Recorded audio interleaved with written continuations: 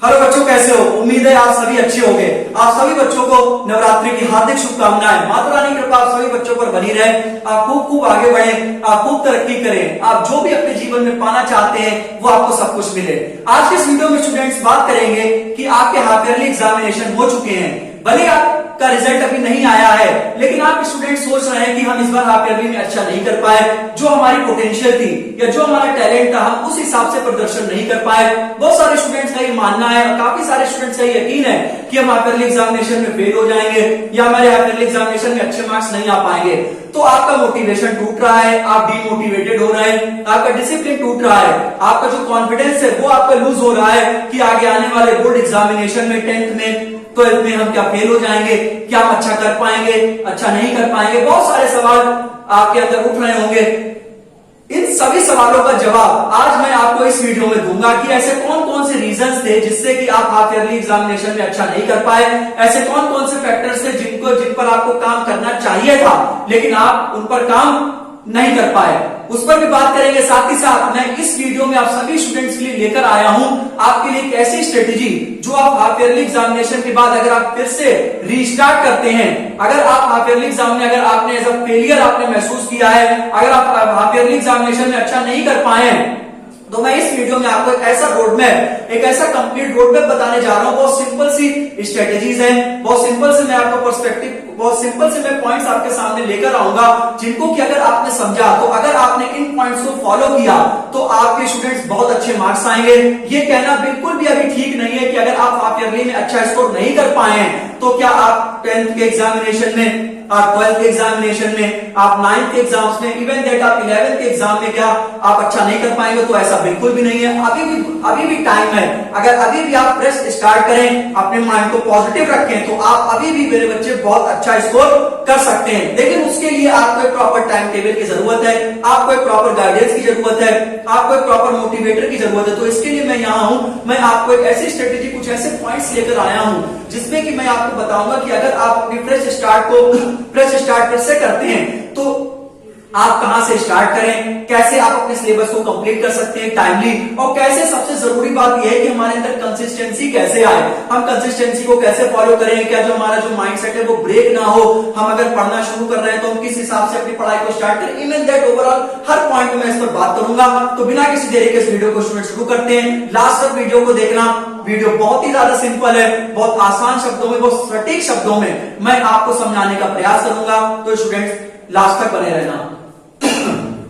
जैसा कि आप देख रहे हैं, मैंने टाइटल बनाया कि best way to restart after half yearly exam failure, कि क्या वो बेस्ट तरीका होना चाहिए, क्या वो बेस्ट तरीका होना चाहिए कि आप फिर से रीस्टार्ट कर सके। तो सबसे पहला पॉइंट जो कि आपको क्या करना है, सुनिए, अपनी गलती को एक्सेप्ट करें और इसको इंप्रूव करें। ठीक है ना?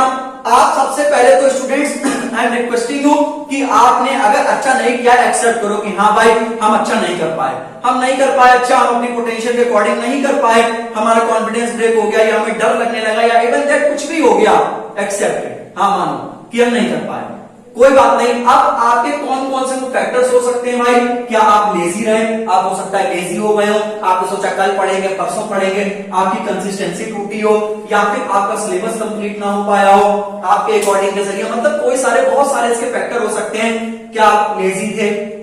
जी हाँ बिल्कुल। क्या आप कंसिस्टेंसी से पढ़ाई नहीं कर पाए? हाँ भाई नहीं कर पाए।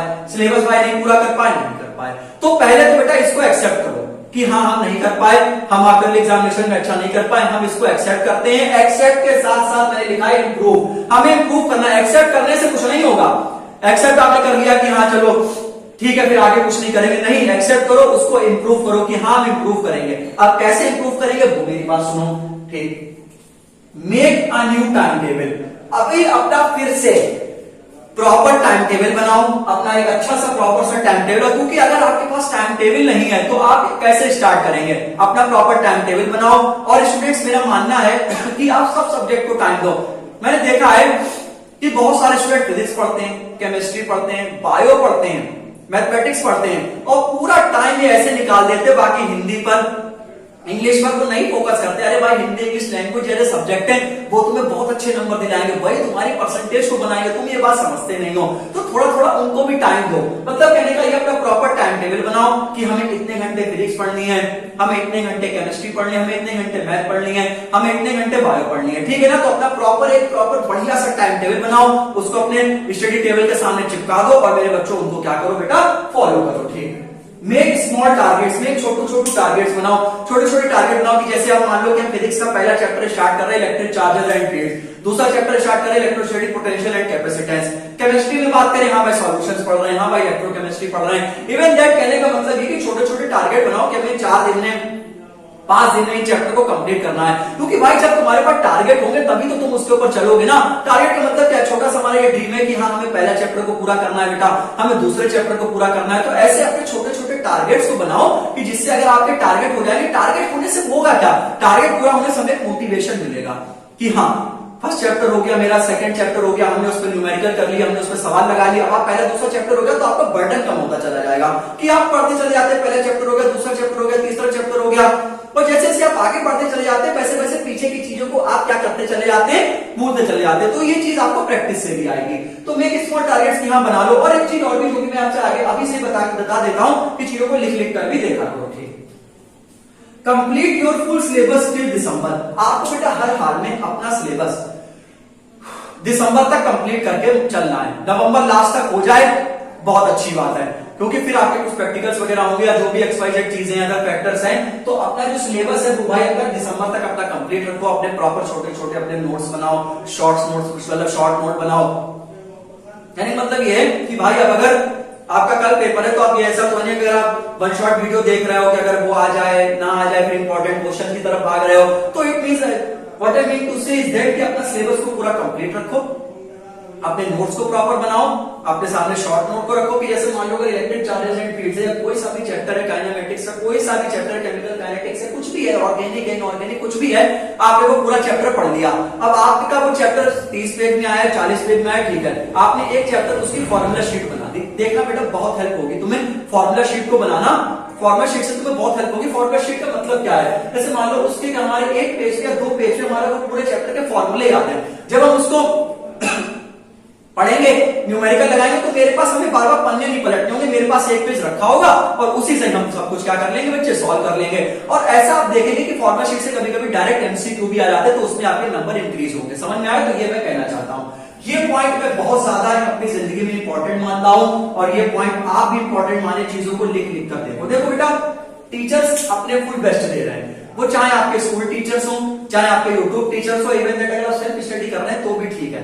तो लिख कर चीजों को देखो, जैसे आपने देखा कि क्लास 11 की फिजिक्स है, 12th की फिजिक्स है, देखो कितने सारे डायग्राम्स हैं, उसमें हर चीज कंसेप्ट से निकल कर आ रही है, रटा चीजों को बिल्कुल भूल जाओ। ऑर्गेनिक है, ठीक है ना, या बायो के डायग्राम्स है, बना के देखो, 2 बार बनाओ, 3 बार बनाओ, आपको कोई टीचर बेटा कितना भी अच्छा पढ़ा दे, कितना भी अच्छा समझा दे, अरे वो समझा ही तो पाएगा, लेकिन अगर बेटा तुम उसको लिख कर नहीं देखोगे तो तुम कर नहीं पाओगे 100%। देखो क्या होता है कि जब हम पढ़ते हैं तो हम अगर जैसे मान लो अगर हमने कैलकुलस से क्वेश्चन को डायरेक्टली फॉर एग्जांपल पढ़ा नहीं रहे, फॉर एग्जांपल के लिए हमने कोई कंसेप्ट उठाया, हमने उसको देख लिया कि हाँ अच्छा ऐसा होता है, ऐसा होता है, ऐसा होता है, हमने नहीं लिख के देखा, बेटा कर नहीं पाओगे। लिख कर नहीं देखोगे नहीं कर पाओगे, कि मैंने अपनी हर वीडियो में बोलता हूं कि जितना आप लिखेंगे बच्चे उतना ही आप क्या बनेंगे बेटा, बेहतर बनेंगे। चीजों को लिख कर देखो, ऑर्गेनिक रिएक्शन है, हाँ कई सारे रिएक्शन है, बना के देखो, बेंजीन का रेजोनेंस स्ट्रक्चर बना के देखो, ठीक है ना, ग्रुप्स को बनाकर देखो कैसे होता है, ग्रुप्स होते हैं, फिजिकल केमिस्ट्री में मतलब इलेक्ट्रोकेमिस्ट्री में जो भी आपके न्यूमेरिकल्स आते हैं, केमिकल काइनेटिक्स आती है, इवन दैट जो भी आता है उसको आप चीजों को बना के देखो, चीजों को लिख कर देखो। फिजिक्स क्या है, मैथ क्या है, मतलब ये सब चीजें, फिजिक्स है, केमिस्ट्री है, मैथ्स है, ये सब चीजें बेटा प्रैक्टिस से आती हैं। अगर आप चीजों को लिख कर देखोगे तभी कर पाओगे। जैसे कोई बच्चा पढ़ के ही नहीं गया है तो वो तो बिल्कुल खाली बैठेगा 3 घंटे। अब आप कहते होंगे कि हाँ सर हम लिखने बैठे डेरिवेशन करें कुछ स्टेप को भूल गए, तो कहने का मतलब ये है कि आप उसको 2 बार 3 बार लिख के देखो। अगर आप लिख के नहीं देखोगे तो बेटा आप नहीं लिख पाओगे बोर्ड एग्जामिनेशन में। अगर आप लिख के नहीं जाओगे, पन्ने नहीं भरोगे, आप नहीं लिख पाओगे। ये सिर्फ फिजिक्स की बात नहीं, ये केमिस्ट्री, हर सब्जेक्ट में लिखोगे नहीं बच्चे तो हो नहीं पाएगा। बेटा प्लीज यार लिख के देखा करो, चीजों को लिख कर देखो। डायग्राम नहीं समझ आ रहा 2 बार बनाओ, 4 बार बनाओ, 6 बार बनाओ, लिखो, लिख कर देखो, रिएक्शंस को लिख के देखो, सवालों को लगाओ, मैथ के सवालों को लगाओ, फिजिक्स की डेरिवेशंस को लगाओ, न्यूमेरिकल को लगाओ, तभी होंगे। अगर खाली यहां चल जाओगे तो बहुत प्रॉब्लम होगी। ठीक, कैलेंडर को भाई अब अपने सामने रख लो, क्योंकि अब आपके पास वो टाइम आ गया है कि आप अपने कैलेंडर को आप अपने सामने रखो। आपके दीवार पर कैलेंडर लगा होना चाहिए कि हाँ, उसको जैसे 2 दिन हो गया, उस पर जो निकल गया दिन उसको क्रॉस कर दो, जो दिन बचे उसके ऊपर ऐसे रेड टिक कर दो, ग्रीन टिक कर दो, जो भी जैसे आप समझते हो। कैलेंडर को अपने सामने रखो, डेज लिख लो, मेरे पास इतने दिन है, हमें इतना पढ़ना है। क्योंकि आपको पता होना चाहिए, डेट्स याद रखो कि कब आपका डेट है, कब आपके एग्जाम शुरू होने वाले हैं, आपके एग्जाम शुरू होने में कितना दिन बच्चे बचा है। तो कैलेंडर को बेटा अपने सामने रखो, जिससे कि आपको पता लग जाए मेरे पास इतना टाइम बचा है। और बैठने की भी क्या करो बेटा, आदत डालो। सही, ठीक। Focus upon your weak areas, बहुत इंपॉर्टेंट है कि भाई हम क्या करते हैं हम कि भाई जो हमें आता है, देखो इसमें हम थोड़ा सा इसलिए बात करें, देखो कर क्या रहे हैं हम, ये है कि देखो हमें दिक्कत क्या है। हमें देखो पहली बात तो ये बेटा कि अगर हमें प्रॉब्लम पता होगी हम तभी उसके सॉल्यूशन पर पहुंचेंगे। What is what I am saying कि अगर हमें प्रॉब्लम पता है तो ही हम उसके सॉल्यूशन तक पहुंचेंगे। जैसे हमें लैंग्वेज में प्रॉब्लम है तो हमने लिख दिया कि my problem is in language, हमने लैंग्वेज प्रॉब्लम लिख दिया। अब अगर लैंग्वेज हमने पढ़ी, उसका न्यूमेरिकल को समझा, डेरिवेशन को समझा, या जो भी उसमें पूछा गया एक्स वाई जेड कुछ भी, तो अब हमारी लैंग्वेज की प्रॉब्लम दूर हो गई, मैंने उसको कट कर दिया। हमारी कैलकुलेशन में दिक्कत है, हमने लिख दिया कैलकुलेशन प्रॉब्लम। हमें न्यूमेरिकल सॉल्व करने में दिक्कत है, हमने लिख दिया न्यूमेरिकल प्रॉब्लम। हमें डेरिवेशन को समझने में दिक्कत है, डेरिवेशन प्रॉब्लम, मतलब एक्स वाई जेड कुछ भी। अब आपके पास क्या है, लिस्ट ऑफ प्रॉब्लम्स तैयार है। अब मेरे पास लिस्ट ऑफ प्रॉब्लम तैयार है कि अब हमारे पास ये प्रॉब्लम है, तो अब हम इनको क्या करेंगे, दूर करेंगे। बेटा हमारे पास जब प्रॉब्लम ही नहीं है तो उसको दूर कैसे करेंगे, समझ में आया। फिर आप ये कहते हैं कि सर हमारे मार्क्स नहीं आ रहे थे या फिर हम नहीं अच्छा कर पाए, तो आपने अपनी कभी प्रॉब्लम ही नहीं जानी। आप सिलेबस को कंप्लीट करते हैं, पहला चैप्टर पढ़ा, दूसरा पढ़ा, फिर ऐसे 13 चैप्टर 14 चैप्टर ऐसे आके आपका सिलेबस कंप्लीट हो गया। फिर जब आपने पढ़ना सोचा कि अरे यार हमें तो कैलकुलेशन में दिक्कत थी, हमें ट्रांसपोजिशन में दिक्कत थी, हमें एलसीएम लेने में दिक्कत थी, खैर हमें एक बहुत छोटी सी चीजें बता रही है, तो आप पहले बेटा ये समझो कि हमारी प्रॉब्लम कहां पे है, और जहां पर आपकी प्रॉब्लम उसको आप करो अच्छे से। अरे यार जो तुम्हें अच्छे से आता है उस पर तो तुम 1 मिनट में समझोगे, तुम्हें 10 चीजें याद आ जाएंगी। ऐसी बहुत सारी चीजें होंगी जिसमें तुम हीरो होगे, जाहिर सी बात है, ऐसी बहुत सारी चीजें होंगी जिसमें आप क्या होंगे, हीरो होंगे। लेकिन ऐसी बहुत सारी चीजें होंगी जिसमें आप वीक होंगे, तो वीक एरिया में अपने बेटा क्या करो, मोर एंड मोर फोकस करो। कहते हैं ना बच्चों, बहुत अच्छी बात कही कि failures are the most important thing in life because the success doesn't teach you as much, it boosts your ego.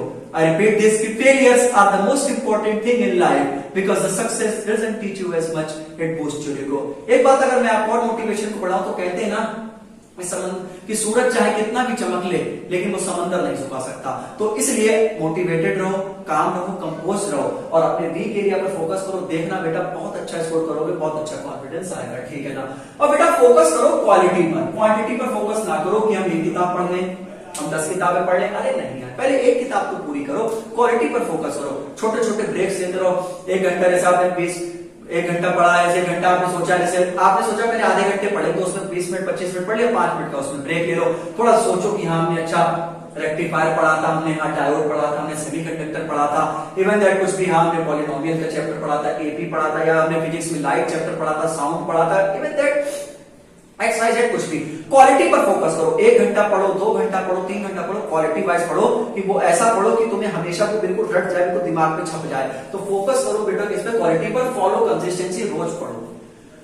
ये मत समझ के चलो कि हाँ हम 1 दिन पहले पढ़ेंगे कुछ नहीं और होगा, बस पासिंग मार्क्स ही आ जाएंगे। समझ में आए तो बेटा क्वालिटी पर फोकस करो, है ना। समझ में आया ना, तो आप क्या करो बेटा, क्वालिटी पर फोकस करो, क्वांटिटी पर ना जाओ कि हाँ इतना भी पढ़ ले, 4 बुक से उधर से पढ़ ले, 4 किताबें इधर से पढ़ ले, नहीं यार, पहले एक किताब पर फोकस करो, क्वालिटी पर फोकस करो, ठीक। सोने से पहले जो भी पढ़ा है वो आप 15 से 20 मिनट बेटा क्या करो, उसको रिकैप करो। ये भी पॉइंट बहुत ज्यादा इंपॉर्टेंट है कि जब आप अपने बेड में सोने जा रहे हो तो आपने जैसे जो भी पढ़ा है अपने पूरे दिन में, जो भी आपने पूरे दिन में पढ़ा है उसको आप क्या करो, 15 से 20 मिनट सोते टाइम रिकैप कर लो कि हाँ देखो कि हमें वो आता है कि नहीं, क्योंकि ये 15 से 20 मिनट आपकी पूरी तैयारी डिसाइड करते हैं। थोड़ा सा रिकैप करते रहो, रिवीजन करते रहो, प्रॉपर नोट्स को बनाते रहो, लिखते रहो, चीजों को लिख कर देखो। जब चीजें लिख कर देखोगे तब हमें पता लगेगा कि हम कहां पर है। अब जैसे मान लो कोई डेरिवेशन किसी टीचर ने किया, उसने तो कर दिया, अब जब तुम्हें कैसे पता है, क्योंकि पेपर तुम्हें ही देना है। एक्सेप्ट करो इस चीज को, इस चीज को एक्सेप्ट करो कि पेपर तुम्हें देना है, तो जब तुम लिख कर देखोगे तभी तुम्हें समझ में आएगा, ठीक है बेटा। आगे चलते हैं। Make weekly test. आजकल आपने देखा होगा कि बहुत सारे रिसोर्सेज हैं, आप अपने खुद के वीकली टेस्ट ले सकते हैं। 3 घंटे का अपना प्रॉपर टेस्ट बनाओ, प्रॉपर अपने पास टाइमर रखो, अपने पास प्रॉपर एक घड़ी रखो, रिस्ट वॉच, देखो 3 घंटे बैठो, 3 घंटे बैठने की आदत डालो। तुम ये बिल्कुल मत सोचो अगर 3 घंटे नहीं बैठे हम सीधे वहां 3 घंटे बैठे, नहीं हो पाएगा, नींद आएगी। समझ में आया? कॉम्पिटेंसी बेस्ड क्वेश्चन को ज्यादा लगाओ, समझ में आया? न्यूमेरिकल की ज्यादा प्रैक्टिस करो जिससे तुम्हारा कैलकुलेशन अच्छा हो, डेरिवेशंस को ज्यादा से ज्यादा लगाओ जिससे कि तुम भूलो ना। तो समझ में आया? ऐसे अपना वीकली क्या करो, संडे को टेस्ट लेते रहो। स्कूल से आने के बाद अपने प्रॉपर 4 से 5 घंटे को बनाओ, जैसे तैसे तुम्हें बनाने हो काम, तुम्हें करना है, तुम्हें पढ़ना है, तो इसलिए पढ़ाई पर भी बहुत अच्छे से फोकस करो भाई। पॉजिटिव रहो, स्टे पॉजिटिव। ये मत सोचो कि हाँ भाई दूसरे का भाई अरे किसी ने तो पूरी एनसीईआरटी कर किताब पढ़ ली है, न्यूमेरिकल, अरे क्या मतलब तुम्हें यार। थोड़ा दोस्ती से दूर आओ, ऐसे दोस्त को बनाओ जो तुम्हें आगे बढ़ाए। आपने दोस्ती सुनी होगी कृष्ण और सुदामा जी की, तभी खूब लिखा है कि देखे सुदामा की दीन दशा और करुणा करके करुणा निधि रोए और पानी परात तो हाथ छुओ ने नैनन के जो संपल धोए। देखे सुदामा की दीन दशा करुणा करके करुणा निधि रोए और पानी परात को हाथ छुओ ने नैनन के जो संपल धोए। तो कहने का मतलब यह है अगर आपको दोस्त बना रहे तो अपने ऐसे दोस्त बना जो तुम्हें आगे ले जाए। दोस्त हमेशा देखो, दोस्त तो तुम्हें कहीं ना कहीं मिल ही जाएंगे। वो अगर खुद पढ़ रहे हैं, पहली बात तो अगर वो खुद नहीं पढ़ रहे हैं तो तुम्हें भी नहीं पढ़ने देंगे। वो अपना घर पे पढ़ रहे हैं, दबा के पढ़ रहे हैं, बहुत अच्छे से पढ़ रहे हैं, लेकिन तुम अगर स्कूल आते तुम्हारे संग टाइम खराब कर रहे हैं। अगर तुम पढ़ने में वीक हो तो तुम अपने वीक एरिया पर फोकस करो, ठीक है ना। तो ऐसे लोगों से दूर हटो जो तुम्हें बिल्कुल पढ़ने नहीं दे रहे हैं और अपने यहाँ घर पे बहुत अच्छे से पढ़ाई कर रहे हैं। तो बेटा मेरा कहने का मतलब ये हमेशा पॉजिटिव। दूसरा क्या कर रहा है कोई मतलब नहीं भाई। पेरेंट्स, तुम्हारे पेरेंट्स है, तुम्हारे माँ बाप है, तुम्हारी फैमिली है, तुम्हारा रिजल्ट पूछेंगे, सही है, तुम्हारा रिजल्ट पूछेगा। और तुम्हारे दोस्त का रिजल्ट अगर तुमसे बढ़िया है, अरे उसका तो रिजल्ट बहुत अच्छा है, तुम कुछ कर ही नहीं पाओगे। तो तुम्हें जवाब देना है बेटा, तुम्हें पढ़ना है। समझ में आया? तो तुम पढ़ो, उन चीजों को समझो, अभी नहीं समझोगे बाद में समझ में आएगा, समय सिखाएगा। इससे अच्छा अपने आप ही सीख लो। समझ में आया ना बेटा? तो कहने का मतलब ये कि तुम्हें जवाब देना है अपने पेरेंट्स को कि जब पेरेंट्स पूछेंगे कि क्यों नहीं अच्छा कर पाए तो बताना पड़ेगा तुम्हें ना। तो अपने आप को मतलब पढ़ो, खूब पढ़ो, अपनी मिस्टेक्स को ढूंढो। समझ आया? हमेशा टीचर्स को ब्लेम मत करो कि हाँ ये नहीं कर पाया, वो भी नहीं कर पाया। अपने आप को भी देखो कि तुमने कभी सही से पढ़ा या नहीं पढ़ा, क्या तुमने कभी डेरिवेशन लगाया नहीं लगा, या तुमने कभी क्वेश्चन की प्रैक्टिस करी नहीं करी। हमेशा दूसरों के ऊपर मत करो कि हमें रिसोर्सेस नहीं मिल पाए, ये नहीं मिल पाया, वो नहीं मिल पाया, हमें लाइब्रेरी जाने को मिल जाता तो मेरी पढ़ाई अच्छी। तो एक्सक्यूज मत दो, जो है उन रिसोर्सेज का इस्तेमाल करो और पढ़ाई करो। पॉजिटिव रहो, कोई मतलब नहीं यार किसी से। अपने ऊपर फोकस करो, तुम्हें अपने मार्क्स अच्छे लाने, तुम्हें अपना कैरियर बनाना है। दूसरे का कैरियर अच्छे बनने से हमारे ऊपर कोई फर्क नहीं पड़ जाएगा। हमें अपना समय अच्छा करना है तो हमें अपने हिसाब से मेहनत करनी पड़ेगी। समझ में आ रहा होगा? बैठने की आदत डालो, जैसे मैं बात कर चुका हूं, ठीक है ना, कि भाई don't compare your mind with others, it will destroy your mindset. And the last point is that कि बिलीव इन योरसेल्फ। अपना जो माइंड है बेटा वो अपना आपका जो माइंड है वो अपना किसी से कंपेयर ना करो। आप यूनिक हो, आपके अंदर बहुत सारा टैलेंट है, ठीक है ना। तो बच्चों पढ़ो, आपको अपने माता पिता के लिए बहुत कुछ करना है।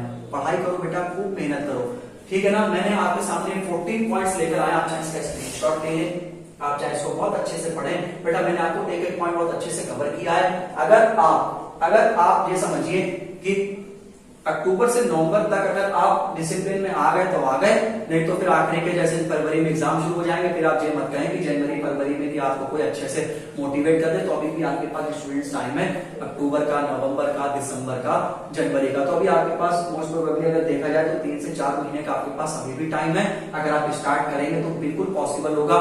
तो बेटा पढ़ो, और अगर कोई सी अगर आपको दिक्कत है, अगर आपको मेरे पॉइंट्स अगर समझ में आए तो एक अच्छा सा कमेंट छोड़ो नीचे और लिखना कि सर मैं आज से स्टार्ट करूंगा, अच्छे से आज से मेहनत करूंगा, पढ़ाई करूंगा। और अगर कोई भी चीज ना समझ में आए तो आप कमेंट करके जरूर बताएं, मैं आपका रिप्लाई करूंगा। इसी प्रकार से मिलते हैं नेक्स्ट वीडियो में। खूब अपना ध्यान रखें, खूब स्टूडेंट्स पढ़ाई करें, अपने लिए पढ़ें, अपने घर वालों के लिए पढ़ें, खूब अच्छे से पढ़ें, खूब मेहनत करें, खूब आगे बढ़े, खूब तरक्की करें। So thank you so much and bye bye, love you.